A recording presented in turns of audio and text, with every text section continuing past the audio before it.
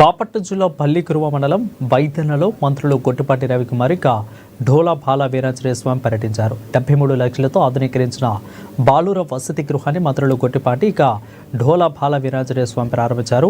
విద్యార్థులతో కలిసి సిమి క్రిస్టమస్ వేడుకలలో మంత్రులు పాల్గొన్నారు. విద్యార్థులకు ఎలాంటి ఇబ్బందులు లేకుండా ప్రభుత్వం అన్ని రకాల వసతులు కల్పించి తగు చర్యలు తీసుకుంటుందని అన్నారు. రాష్ట్ర వ్యాప్తంగా మంత్రి లోకేష్ ఆధ్వర్యంలో ప్రతి ప్రభుత్వ పాఠశాలలను కూడా మౌలిక వసతుల సదుపాయాల కల్పన జరుగుతుందని అన్నారు.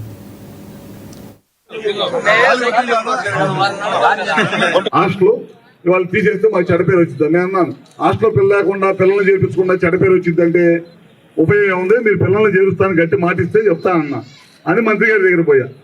మంత్రి గారు మీ హాస్టల్కి రిపేర్ ఎంత అవుతుంది అన్నాడు. రిపేర్ మొదలు పెడతామని తెలియదు అన్నాడు. ఎంతైనా ఇస్తాను, 3 హాస్టల్ కట్టిస్తాను. ఫస్ట్ 50 లక్షలు రిలీజ్ చేశారు అడగడానికి. మళ్ళీ ఇంకో 20 లక్షలు ఆ పొద్దు పని చేయొచ్చు, నేను ఇంకొక 20 లక్షలు కూడా పంపిస్తాను, ఇప్పుడు కారులో వస్తా కూడా కలెక్టర్ గారితో మాట్లాడారు. 20 లక్షలు ప్రపోజల్ పంపమని 10 రోజులు అయింది కదా చెప్పి, ఎందుకు రాలేదు, ఇంకా తొందరగా పంపించండి, వాళ్ళని నేను ముందే కట్టేయమన్నాను, మళ్ళీ రేపు వాళ్ళు కూడా ఇబ్బంది పడకూడదు.